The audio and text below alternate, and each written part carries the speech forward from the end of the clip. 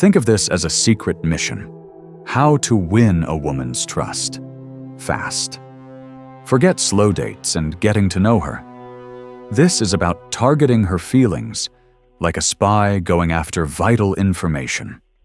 Her vulnerability isn't a weakness, it's the key. We're talking about building trust in minutes, not months, a carefully planned trick to take control. This is the Honeytrap, a way to get what you want by mastering the dark arts of psychological influence, just like a top agent.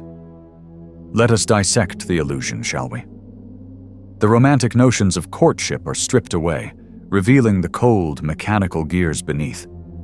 The whispered compliments, the tender gestures, these are mere distractions, superficial displays masking the intricate machinery of emotional manipulation.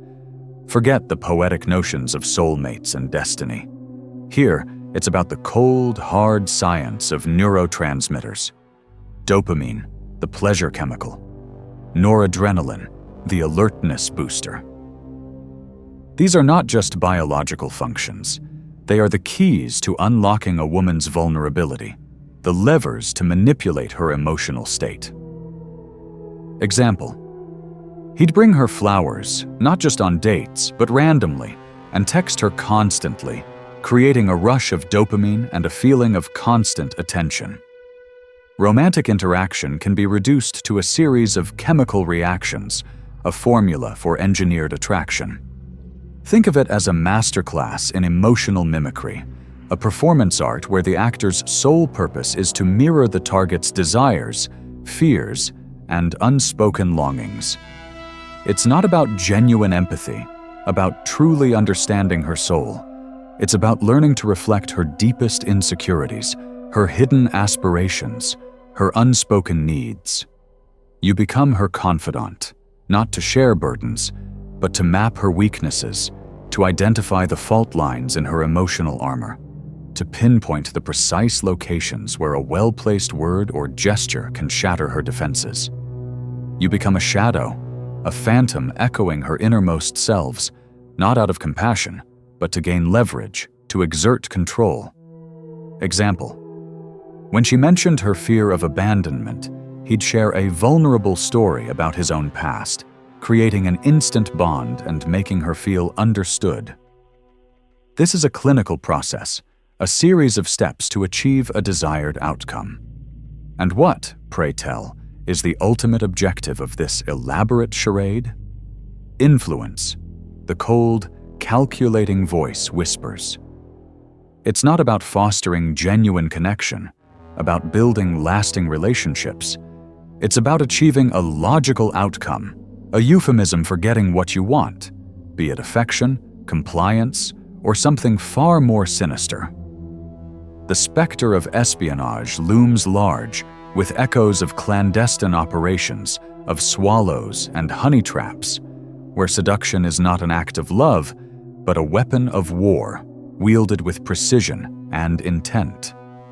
Example: he'd subtly steer conversations towards her career aspirations, then offer connections or advice, slowly gaining control over her professional life. The art of manipulation is explicitly linked to the world of spies and covert operations, especially in the context of manipulating women. The concept of connected energy, that fleeting sense of shared understanding, that spark of recognition, that moment of profound intimacy. It's not celebrated as a testament to human connection. It's dissected as a vulnerability, a chink in the armor. To spot it is to identify a target, someone ripe for manipulation, someone whose defenses are lowered, whose guard is down. It's a chilling inversion of romantic connection, turning intimacy into a tactical advantage, transforming the most sacred moments into instruments of control. Example: after a deep conversation about her childhood, he'd whisper, "I've never felt this connected to anyone before," making her feel uniquely special and bonded.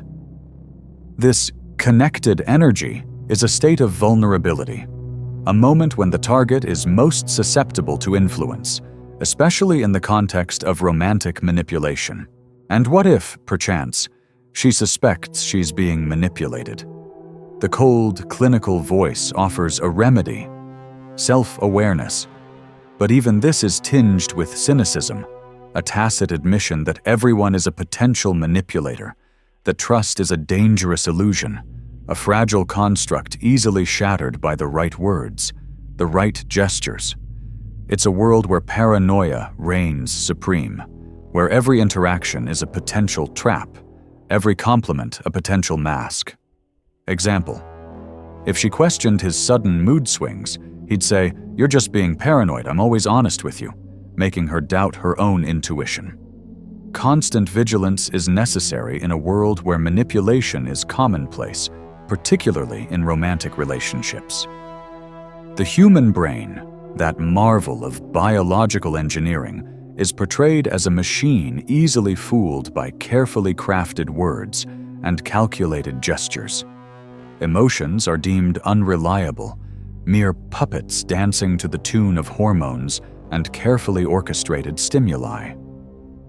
The very notion of free will is called into question, leaving women as mere automatons, vulnerable to the whims of those who understand the code, who know how to manipulate the levers of their emotional responses. Example: he'd use phrases like, "You know I always know what's best for you," subtly undermining her confidence and making her reliant on his judgment. Women's brains are easily tricked, and that they cannot fully rely on their own judgment, particularly in romantic contexts. And the silence, the unspoken truths, the omissions, they are just as telling as the words themselves. There is no mention of the consequences, the emotional wreckage left in the wake of such manipulations. The broken trust, the shattered illusions, the lingering sense of betrayal, these are the unseen casualties of this cold, calculated approach to romantic connection, the collateral damage of a war waged in the realm of emotions. Example: he'd never apologize for his hurtful words, instead shifting the blame onto her, leaving her feeling confused and responsible for his actions. The ethical implications of these methods are ignored, especially in the context of manipulating women. It's a world where the lines between seduction and exploitation blur, where intimacy is weaponized and trust is reduced to a mere tool of control. It's a world where the most intimate moments become the most dangerous, where the warmth of human connection is replaced by the chilling calculations of a master manipulator, a puppeteer pulling the strings of women's emotions.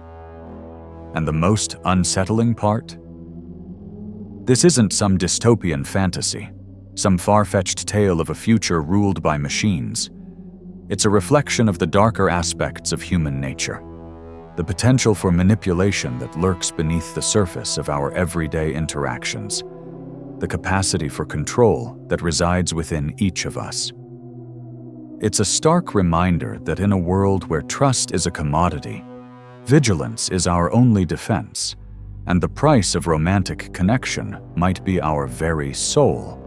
The question, then, is not merely whether women are aware of these manipulative tactics, but whether they are willing to navigate this treacherous landscape, to recognize the warning signs, to break free from the manipulator's grasp. Are they prepared to live in a world where every compliment, every gesture, every word might be a carefully calculated move in a larger game of manipulation?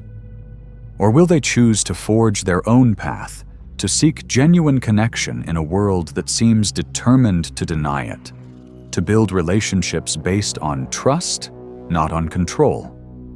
Example: she started noticing patterns, the sudden bursts of affection followed by periods of coldness, the constant need to control her schedule, the subtle put-downs disguised as jokes.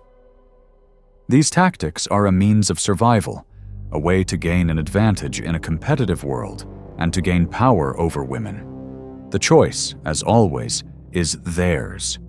But be warned, once they've seen behind the curtain, once they've glimpsed the cold machinery of manipulation, they can never truly unsee it.